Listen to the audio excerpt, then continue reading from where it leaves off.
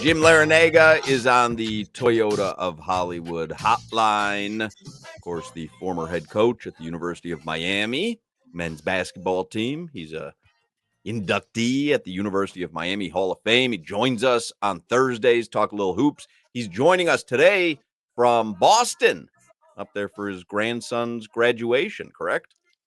That's correct, Hawk, where it's a beautiful 35 to 45 degrees.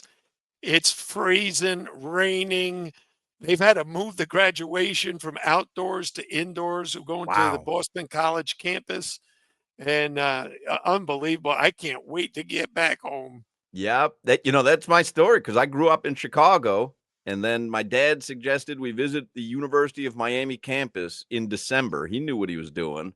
And we walked around that campus in Coral Gables in December, got back to O'Hare, it was snowing, and he said, I don't know about you, but if I was 17 years old and I could go anywhere for the next 4 years, I'd be going right to Miami. And I never even visited another school. I thought I was going to go to Ithaca or Syracuse. We walked around that Coral Gables campus. I said, I'm a UM guy. And then after a couple of years down at UM, I stopped going back to Chicago during the breaks. I said, I'm a South Florida guy for life. So One of I my don't miss best that weather at all. one of my best friends from New York, he visited Miami back in my era, loved it, wanted to commit there, went back home, and Bob Cousy was waiting for him in his house with his dad, and he ended up signing with Boston College. So But big, that's big pretty. I difference. mean, you can recruit with the weather. That's great. But then you got Bob Cousy sitting in your living room. That's not a bad. That's not a bad answer to the good weather. So Jim Larrañaga, we were talking earlier about the carryover effect. When you have, and you've coached for so long, you have a victory, and it is snatched away in the final minutes, and it's done so through an unbelievable comeback, then a ridiculous shot that goes in. Is there a carryover effect to the next game? Is this like an emotional burden now for the New York Knicks that may be impossible to overcome? Okay, so I'm going to go back in history to 2006 when my George Mason team was facing the number one seed, the University of Connecticut, Jim Calhoun's great team. They had 5 NBA players in their lineup. We're up 2 with 5 seconds to go, and our best free throw shooter got fouled, and he has to just make a free throw or two, right, to win the game. He misses the first.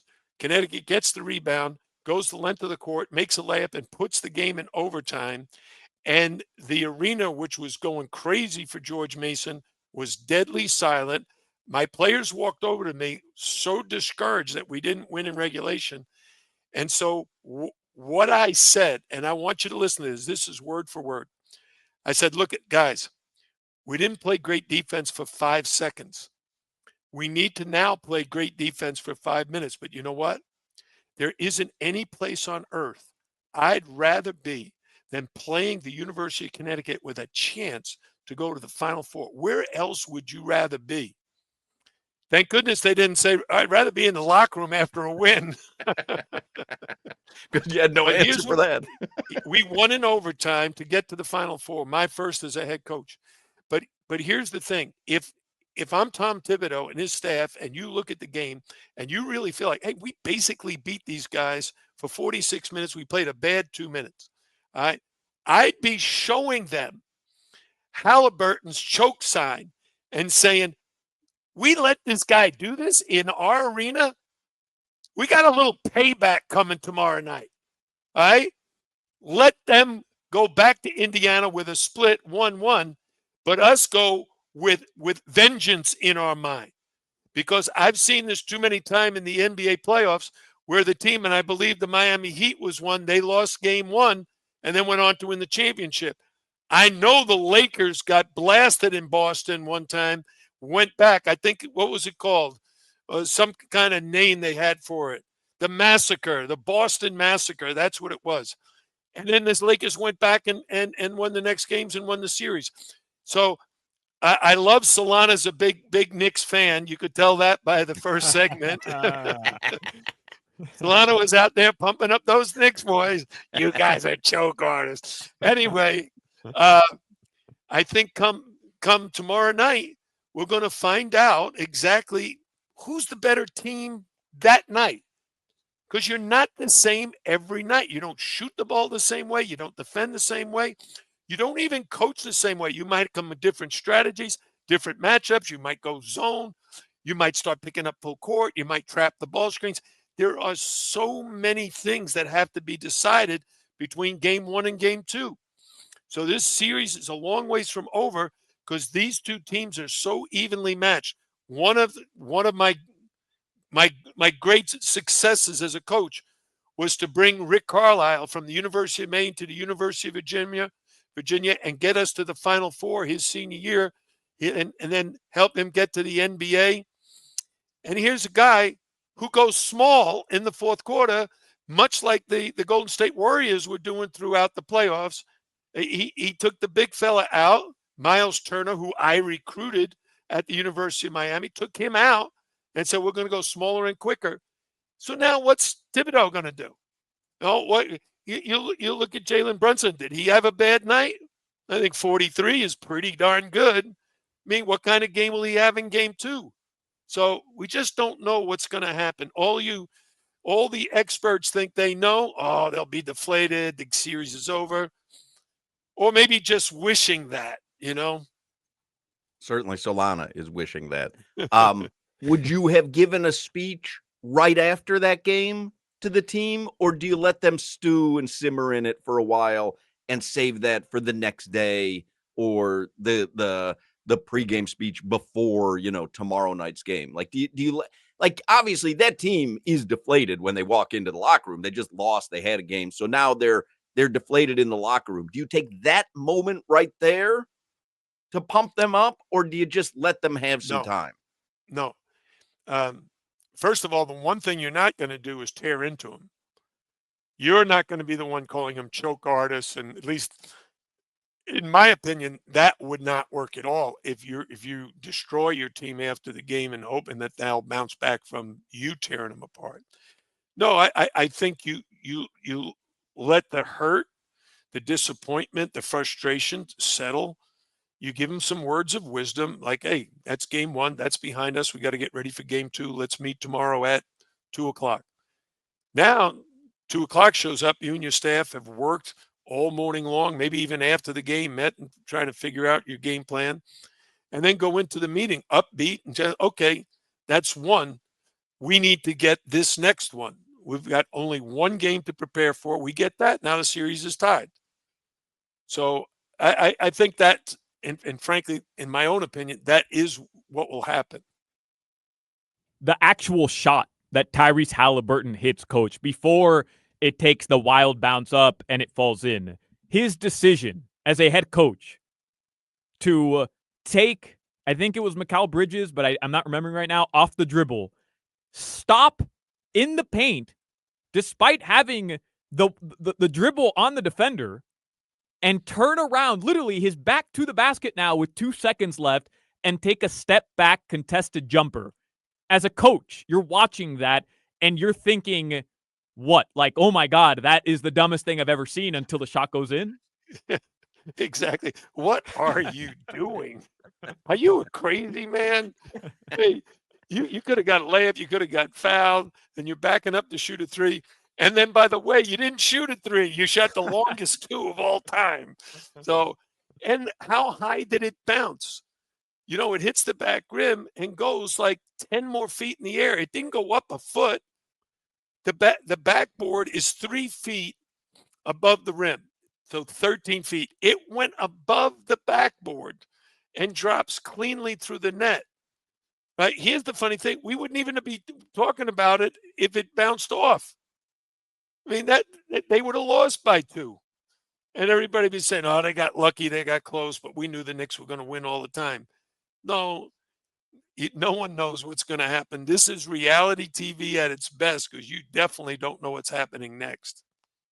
You've coached everywhere. You've coached at Madison Square Garden before. Is there something special about basketball in that arena? And then I also want to ask you, aside from the Watsco Center, where was your favorite place to coach? Okay, well, yes, Madison Square Garden's history, and it's called the Mecca for a reason. It's really almost like the birthplace of college basketball and NBA basketball, because everybody in the world knows the arena, Madison Square Garden. You know, a lot of these other arenas change names throughout their history, but everybody knows Madison Square Garden. And my first game again in Madison Square Garden, Solana, do you know who it was against? It was talked about earlier. Providence? Well, Providence played who? UConn? I'm UCLA guessing. with Kareem Wow. Abdul-Jabbar, Wow. 1969. And we almost had him. We only lost by like 14 or 15. We didn't have one of those Indiana Pacer comebacks, but it was a great experience for me and my teammates, the crowd and everything. Kareem's team won the Holiday Festival, which what that tournament was called. But I've coached and played in some incredible arenas. I would say one of the great experiences for anybody is to play at Duke's Cameron Indoor Stadium Oh, yeah. or North Carolina's the Dean Dome. Two different, very, very different environments. Duke, the fans stand for the whole game. The student section stands for the whole game. It's such a crowded facility that the intensity and the energy in the building is nothing like you feel in any other arena. But then Carolina's is like you're at the Masters.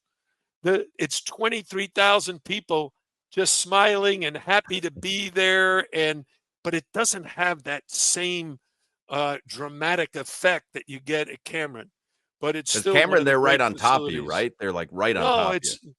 it's spread out all over the place. 23,000 people, and it was built back in the 1980s. It's a beautiful facility. One of the great pleasures, if you ever get a chance to go to the Dean Dome, is to walk the concourse, because they have the history of Carolina basketball, the teams, the players, the NBA guys that program has produced. So it's like a walk around the Hall of Fame. Michael Jordan and James Worthy, Sam Perkins, going way back to Phil Ford and Mitch Kupchak. Just a great history. Shai Gilgeous-Alexander wins MVP yesterday. Did he deserve it? The other side, I guess, of the argument would be Jokic. Yeah, both of them are great candidates. Both of them are deserving, but I always vote for the team that wins. Shai One team is Gilgeous-Alexander. still playing. Yeah. Yeah, one team wins the Western Conference, best record in NBA basketball, and he's the best player on the best team. That's who you vote for. That's who I would have voted for. There was a lot of conjecture yesterday after he won the MVP and the game the prior night, Coach, about how he manipulates his body to absorb contact and draw fouls. And a lot of people would call him a free throw merchant and say that, he's not necessarily the best player. He's just great at drawing fouls. Do you see that around the league, not only in the NBA, but in college basketball as well? And is that something that is a skill? Just somebody understanding how to absorb contact and get to the free throw line? Yeah, that's like saying in baseball, a guy who gets on base all the time. Oh, he walks. He's not that good a hitter. He gets on base all the time. One of the reasons they walk those great hitters, because if you throw him good pitches, he's going to hit singles, doubles, triples, and home runs. In Shai Gilgeous-Alexander, if you don't foul him, he's going to make the shot. The reason he's able to draw those fouls is he's so good at doing the three things that I tell all players you have to be able to do in basketball. Now, listen to these three.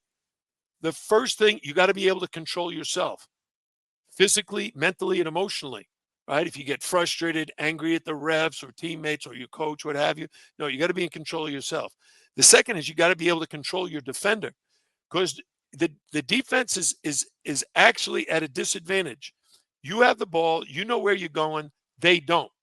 Now, if they can switch that and put the pressure on you, is they can force you where you don't want to go, then they win that matchup.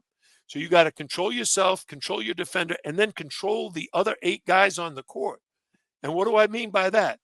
Well, you'll see those great players like SGA, he'll be passing the ball and getting assists. How many assists did he have? He's getting everybody else involved. So while you have to worry about him, you can't just worry about him and double team because he'll find the open man. So he's constantly putting his defender in a bad position. Do you know what I tell my players at Miami every day in practice? Look at everybody that plays basketball jumps for shot fakes. If you fake and get a guy out of position, he's going to try to block your shot, draw the foul. One of the great skills you can have in basketball is getting fouled. If you can get fouled a lot, you're a terrific player. And SGA is one heck of an NBA player. Real quick, Coach, because I know you got to go and we're up against a break. I saw you in Jorge Mas's suite at the Inter Miami game the other night. Was that your first Inter Miami game? No. You know, Jose and I and Jorge we go way back to 2006, 2007 at the Michael Jordan fantasy camp. We became friends. I've known those guys the last 20 years. Jose reached out and invited my wife and I to the box, to the owner's box. We sat there right next to what do they call it? Not the pit. The pitch. What do they call it? The pitch. The pitch. That's what I meant. You know, we sat right on the pitch and loved the game. Loved watching Inter Miami play. Unfortunately, they didn't win that night. But we're big fans of Inter Miami and big fans of the Moss brothers. I have to ask, were you able to try the brownies there? Yeah, we had a couple of desserts, by the way. Because I went to the Inter Miami. I've gone twice this year, but I've sat in this club area where it's unlimited food. It's the single greatest. I'm not a huge brownie guy. It's the single greatest brownie I've ever had in my life. I'm thinking about getting season tickets next year just because of the brownies, and I'm curious if you had them. My wife and I each had one. You know, have you ever been to the University of Miami baseball stadium, Alex Rodriguez Park? Sure. You got to get a shake. Oh, I love the shake. I get the Josie. I get Joe Zagaki's shake. Yeah, those things are awesome. Every place you go, you gotta find your best food. You know, like maybe for you, peanut butter and jelly sandwiches you might be asking for, but not me. I know it's not going to be you asking for a peanut butter and jelly sandwich. You're up in Boston for your grandson's graduation. Did you go anywhere to eat special in Boston? We ate at Legal Seafoods today, and we ate at a place called Straga's, a very nice Italian joint in downtown Boston last night. Great. Oh, the food in Boston is to die for. No question about that. Yeah, weather is terrible, but the food is great. Yeah. All right. Enjoy your grandson's graduation. We appreciate your time. Congratulate him for us. And next time you're going to Jorge Mas's suite at Inter Miami, ask for another couple of tickets, for your friends Hockman and Crowder. All right, guys. Good talking as always.